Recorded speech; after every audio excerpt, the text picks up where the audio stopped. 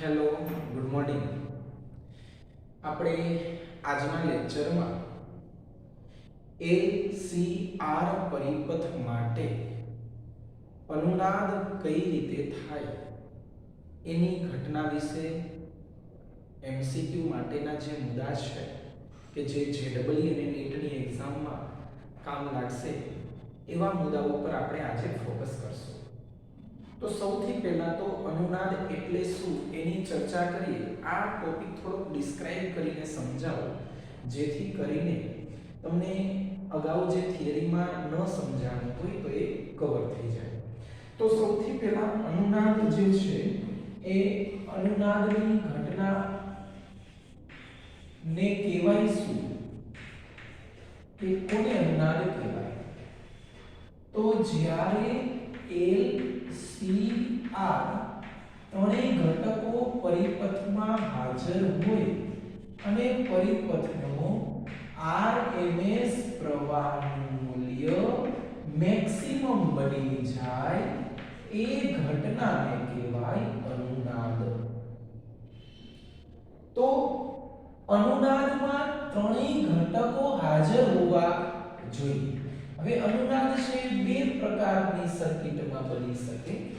એક છે શ્રેણી અનુનાદ અને બીજો છે સમાંતર. LCR ત્રણેય સમાંતર હોય, પેરેલલ રેઝોનન્સ. એક છે શ્રેણી અનુનાદ અને બીજું છે સમાંતરમાં પણ અનુનાદ થઈ શકે. આ ખાસ યાદ રાખજો. હવે આ જે છે એમાં આપણા કોર્સમાં તો LCR ત્રણેય ઘટકો શ્રેણીમાં હોય એવી સર્કિટમાં જ ભણવાનું આવે છે. કે અહીંયા આપણે સપ્લાય આપી દઈએ AC સપ્લાય એટલે આ શ્રેણી અનુનાદ આપણે સમજીએ કે ભાઈ આ જે સપ્લાય વોલ્ટેજ છે એ AC છે એટલે આ સપ્લાય વોલ્ટેજને ચોક્કસ આવૃત્તિ હશે અને પરિપથમાં એક ચોક્કસ એવી આવૃત્તિ મળશે કે જ્યારે પરિપથનો RMS પ્રવાહ મહત્તમ બની જશે. ફોર એક્ઝામ્પલ ઘણી બધી આવૃત્તિ હોય. હું એમ કહું કે 0 થી સ્ટાર્ટ કરીએ આપણે તો ઓમેગા 1 ઓમેગા 2 ઓમેગા 3 આવી રીતે આપણે ઘણી બધી આવૃત્તિ વિચારીએ અને પછી સામે IRMS ચેક કરીએ તો આ IRMS વિરુદ્ધ ઓમેગાનો આલેખ છે. પ્રાયોગિક પરિણામ પરથી એવું જાણવા મળ્યું કે વોલ્ટેજની ઓમેગા એટલે કે આવૃત્તિ બદલવામાં આવે તો પરિપથમાં જે ઇન્ડક્ટર છે એનો ઇન્ડક્ટિવ રિએક્ટન્સ એનું સૂત્ર ઓમેગા L છે.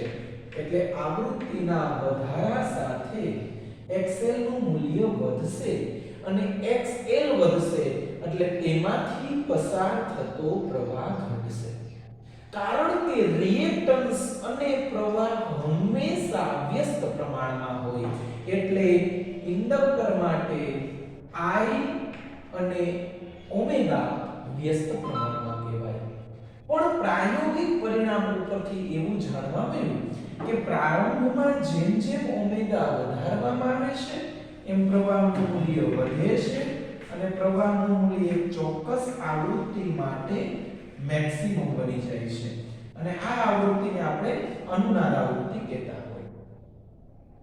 એટલે કે પ્રવાહ અને આવૃત્તિ સમપ્રમાણમાં છે તો આ લોજિક લાગુ નથી પડતો. એટલે તો પછી બીજો રિએક્ટન્સની વાત કરીએ કે ભાઈ XC એનું સૂત્ર છે 1/ωc એટલે XC અને ઓમેગા વ્યસ્ત પ્રમાણમાં છે અને XC અને I પણ વ્યસ્ત પ્રમાણમાં હોય તો I અને ઓમેગા સમપ્રમાણમાં કહેવાય.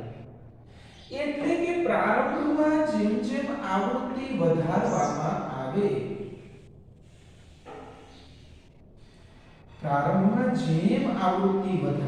આવે એમ પ્રવાહનું મૂલ્ય વધે છે. એટલે કે પ્રારંભમાં આ પરિપથ છે એક કેપેસિટિવ હોવો જોઈએ. XC XL હોવો જોઈએ. હવે એક ચોક્કસ આવૃત્તિએ પ્રવાહનું મૂલ્ય મહત્તમ બની ગયું છે, IRMS મેક્સિમમ બની જાય છે અને આ જે ઘટના છે એને અનુનાદ કહેવાય. એટલે કે આ કિસ્સામાં XL અને XC નું મૂલ્ય સમાન બની જાય છે. હવે ત્યાર પછી જેમ જેમ આવૃત્તિ વધારવામાં આવે એમ એમ પ્રવાહનું મૂલ્ય ઘટતું જાય છે. એટલે આ પ્રકારનો ગ્રાફ મળે છે.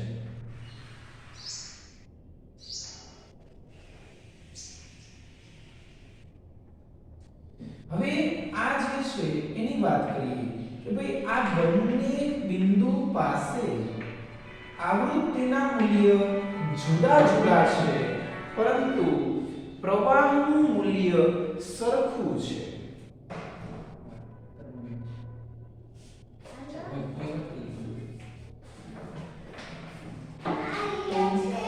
આ જે છે એ ઓમેગા 1 છે અને આ છે એ ઓમેગા 2 છે. તો આ બંને વખતે પ્રવાહનું મૂલ્ય છે એ મહત્તમના √2 માં ભાગનું થાય છે. આ √2 માં ભાગનું થાય છે એટલે આનો અર્થ એવો થયો કે અહીંયા પાવરનું મૂલ્ય મેક્સિમમ હશે અને ત્યાર પછી I √2 માં ભાગનું હોવાથી પાવરનું મૂલ્ય અડધું થશે. એટલે પાવરનું મૂલ્ય અડધું બની જશે અને E maximum by 2 આવું બને છે. એટલે આ બે આવૃત્તિ જે છે એનો તફાવત વિચારો તો ડેલ્ટા અહીંયાથી આ જે છે એને આપણે ડેલ્ટા ઓમેગા કહીએ અને અહીંયાથી આ છે એને ડેલ્ટા ઓમેગા કહીએ. તો 2 ડેલ્ટા ઓમેગા બરાબર ઓમેગા 2 માઈનસ ઓમેગા 1 કહેવાય. એટલે omega 2 minus omega 1 is equal to 2 delta omega. આ જે છે એ 2 ડેલ્ટા ઓમેગા એને આપણે હવેથી હાફ પાવર બેન્ડવિડ્થ કહેશું, કારણ કે અહીં પાવરનું મૂલ્ય અડધું બને છે અને ત્યારે પ્રવાહનું મૂલ્ય √2 માં ભાગનું બને છે. ત્યાર પછી આ જે છે આ કિસ્સામાં અવરોધ R1 હતો. હવે અવરોધનું મૂલ્ય કંઈક વધાર્યું, અવરોધ વધારીને R2 કર્યો એટલે R1 R2 માટે ફરીથી પ્રયોગ કર્યો અને આ પ્રયોગ દરમિયાન એને વક્રનો ગ્રાફ તો આવો જ મળ્યો, પણ પેલા કરતા કંઈક વિચિત્ર અવલોકન આ મળ્યું કે જેની તીક્ષ્ણતા, જેની શાર્પનેસ એ પેલા કરતા ઓછી મળી. એટલે આ જે ગ્રાફ છે અંદરનો એ R2 માટે છે. આનો અર્થ એવો થયો કે ગ્રાફની શાર્પનેસ એટલે કે તીક્ષ્ણતા એ અવરોધના વ્યસ્ત પ્રમાણમાં હોવી જોઈએ અને આ શાર્પનેસ એટલે કે વક્રની તીક્ષ્ણતા દર્શાવતી ભૌતિક રાશિને હવેથી આપણે ક્યુ ફેક્ટર કહેશું. તો એક વસ્તુ આપણે મેળવી કે ક્યુ ફેક્ટર છે એ અવરોધના વ્યસ્ત પ્રમાણમાં હોવું જોઈએ. હવે કહેવાનો મતલબ મારો આટલો છે કે ઓમેગા 0 એ જ પ્રવાહનું મૂલ્ય મેક્સિમમ મળે છે. તો અવરોધ R1 વાળો ગ્રાફ હોય તોય ભલે, R2 વાળો ગ્રાફ હોય તોય ભલે. આ જે ઓમેગા 0 છે એનું મૂલ્ય ચોક્કસ છે. એટલે આ કેના માટેની સર્કિટ છે? તો કે આપણે જનરલી જાણતા હોય કે રેડિયો હોય કે ટીવી હોય તો એમાં એક ચોક્કસ આવૃત્તિ હોય. એ આવૃત્તિએ જ એનું પ્રસારણ ક્લિયર થતું હોય. એટલે કે ફોર એક્ઝામ્પલ રેડિયોનું કોઈ ચોક્કસ સ્ટેશન વિચારવામાં આવે કે 92.7 FM છે તો એ 92.7 આવૃત્તિ થશે ને ત્યારે પરિપથનો પ્રવાહ મહત્તમ થશે. બાકી વાતાવરણમાં તો અસંખ્ય ઘણી બધી આવૃત્તિઓ છે, આપણને દેખાતી નથી. મોબાઈલની આવૃત્તિ હશે, રેડિયોની હશે, ટીવીની હશે, ઘણા બધા ટ્રાન્સમીટર અને રિસીવર આવૃત્તિ છોડતા હોય ને આવૃત્તિ કેચઅપ કરતા હોય. એમાંથી આપણો જે પરિપથ છે આ LCR જે પરિપથ એ એવી આવૃત્તિને જ પસંદ કરશે કે જે એના પ્રવાહમાં વધારો કરે. આને સિલેક્ટિવિટી કહેવાય, કારણ કે ઘણી બધી આવૃત્તિ હતી, એમાંથી એક આવૃત્તિનું સિલેક્શન કર્યું એટલે આ સિલેક્ટિવિટી. અને આ સિલેક્ટિવિટી જે છે એ હવેથી આપણે આ સિલેક્ટિવિટી ને ટ્યુનિંગ પણ કહેશું. ટ્યુન કરવું એટલે ઘણી બધી આવૃત્તિમાંથી એવી આવૃત્તિ પસંદ કરી કે એ આવૃત્તિએ પ્રવાહનું મૂલ્ય મહત્તમ થઈ ગયું, પ્રવાહનું મૂલ્ય મહત્તમ થઈ ગયું એટલે પરિપથનો પાવર પણ મેક્સિમમ બની ગયો, અને પાવર મેક્સિમમ બન્યો એટલે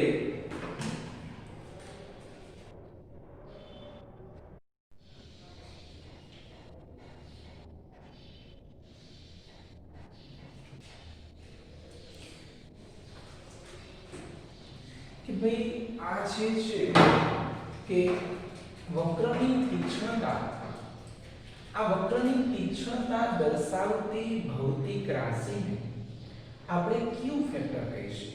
એટલે જે પરિપથમાં જે વક્રની તીક્ષ્ણતા વધુ હશે એ સારો ટ્યુનિંગ આપશે.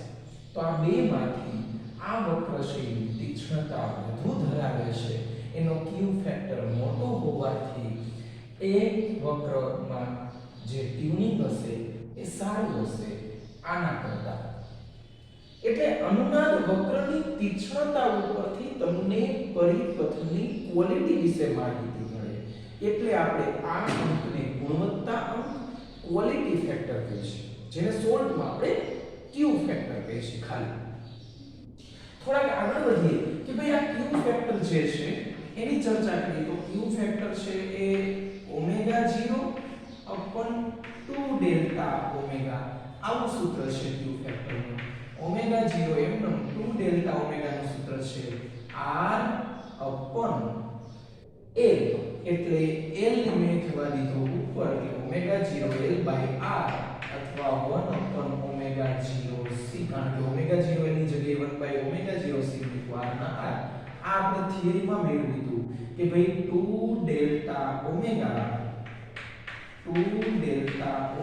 બરાબર r ના છેદમાં l અથવા ડેલ્ટા ઓમેગા બરાબર r upon 2l.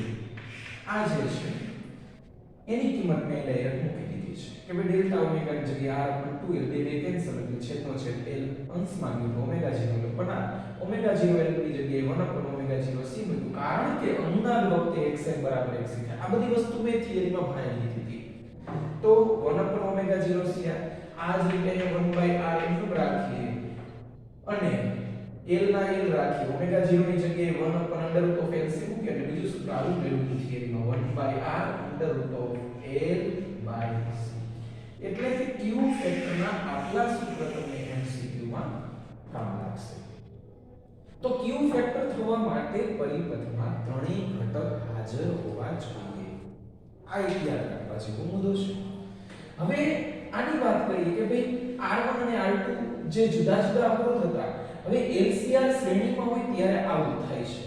હવે ઇમ્પિડન્સમાં કેવી રીતે ફેરફાર થાય છે આવૃત્તિ સાથે એની ચર્ચા કરીએ. તો ઇમ્પિડન્સનો વક્ર જે છે એની ચર્ચા કરીએ કે ઇમ્પિડન્સ Z વિરુદ્ધ આવૃત્તિનો આલેખ બનાવીએ ઓમેગા કયો કે f કયો. તો પ્રારંભમાં જેમ જેમ આવૃત્તિ વધે છે એમ પ્રવાહ વધે છે. એટલે તમે કહી દીધું કે ભાઈ કેપેસિટિવ સર્કિટ હશે અને ત્યાર પછી અનુનાદ એટલે xl બરાબર xc, ત્યાર પછી આવૃત્તિ સાથે પ્રવાહ ઘટે છે, આવૃત્તિ વધે પ્રવાહ ઘટે એટલે ઇન્ડક્ટિવ સર્કિટ કહેવાય. એટલે અહીંયા xl ગ્રેટર ધેન xc કહેવાય, અહીંયા xc ગ્રેટર ધેન xl છે. એટલે કે પ્રારંભમાં કેપેસિટિવ પરિપથ હોવાથી આવું કહી શકાય કે ભાઈ કેપેસિટિવ પરિપથ છે ને એટલે જેમ જેમ આવૃત્તિ વધશે, આવૃત્તિ વધે એમ પ્રવાહ જે છે એ શું થશે? વધશે. પ્રવાહ તો જ વધે જો z નું મૂલ્ય ઘટતું હોય તો.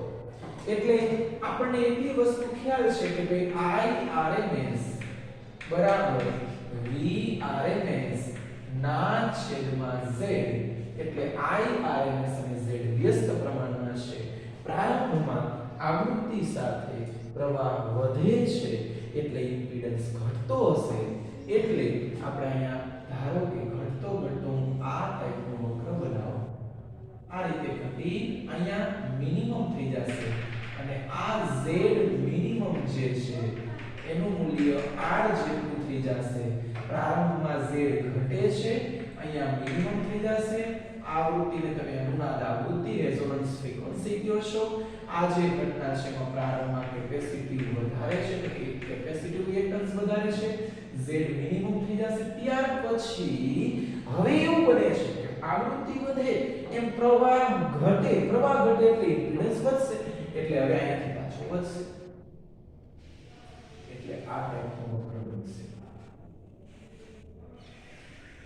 આ z વિરુદ્ધ f નો આલેખ બનશે કે અહીંયા અનુનાદ થાય છે, એટલે કે xl બરાબર xc અને અહીંયા xc xl બને છે.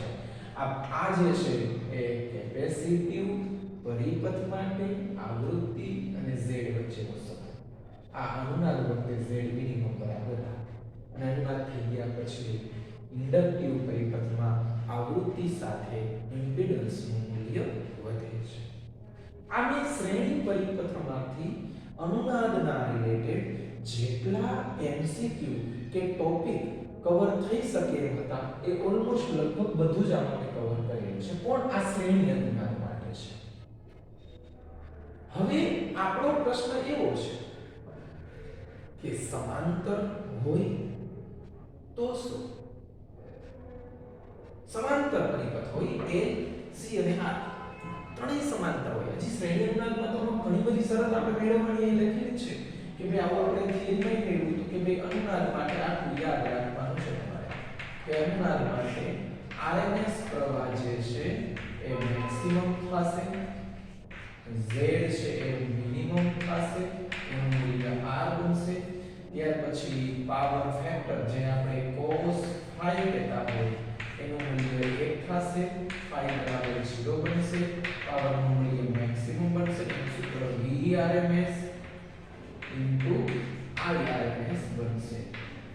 આટલી વસ્તુ તમને ખ્યાલ છે. ત્યાર પછી VL બરાબર VC બનશે, IL બરાબર IC બનશે, XL બરાબર XC થશે. આટલી વસ્તુ તમે અનુનાદમાં યાદ રાખજો. તો આ વાત હતી અનુનાદ ટોપિકના એમસીક્યુ માટેના આ બધા મુદ્દા. હવે સમાંતરમાં આ જ બધું લોજિક લાગે, પણ યાદ રાખવા જેવો એક મુદ્દો છે કે જ્યાં શ્રેણીમાં z મિનિમમ બને છે એ સમાંતરમાં આઈ થિંક મેક્સિમમ પણ બનતો હોવો જોઈએ, કારણ કે સમાંતરમાં કોર્સમાં છે નહીં પણ સમાંતરમાં બધું ચેન્જ થઈ જાય, કારણ કે શ્રેણીમાં વોલ્ટેજનો સરવાળો થાય, સમાંતરમાં બધા વોલ્ટેજ સરખા હોય, પછી એના રિએક્ટન્સ અવરોધ વાળું સૂત્ર મૂકવામાં આવે, એની ગણતરી કરવાની આવે. પણ એ આપણે કોર્સમાં છે જ ને એટલે એની કઈ ચર્ચા કરવાની જરૂર નથી. પણ એટલું યાદ રાખજો કે અનુનાદ બંને કિસ્સામાં થાય, શ્રેણીમાં થાય, સમાંતરમાં થાય. આ ખાસ ધ્યાન રાખજો. તો બસ આજના લેક્ચર માટે આટલું રાખી આ વ્યવસ્થિત આનો અભ્યાસ કરજો. અનુનાદના રિલેટેડ હજી કંઈ પ્રશ્ન હોય તો એમસીક્યુ સોલ્વ કરજો, નવું કંઈ જાણવા મળે કંઈ ન સમજાય તો પૂછજો. બસ ત્યાં સુધી આટલું વ્યવસ્થિત અનુનાદ કરી નાખો. નવા ટોપિકમાં ફરી પાછા બીજી ચર્ચા કરશું. અને હવે એલસી દોલન અને ટ્રાન્સફોર્મર અને એમસીક્યુ જે છે તો એક લેક્ચર જેટલું આપણે આ ચેપ્ટરનું રિવિઝન બાકી રાખ્યું છે. ત્યાર પછી ફરી પાછા નવા ચેપ્ટરમાં આપણે નવા વિડિયો સાથે મળશું. Okay, thank you, bye bye.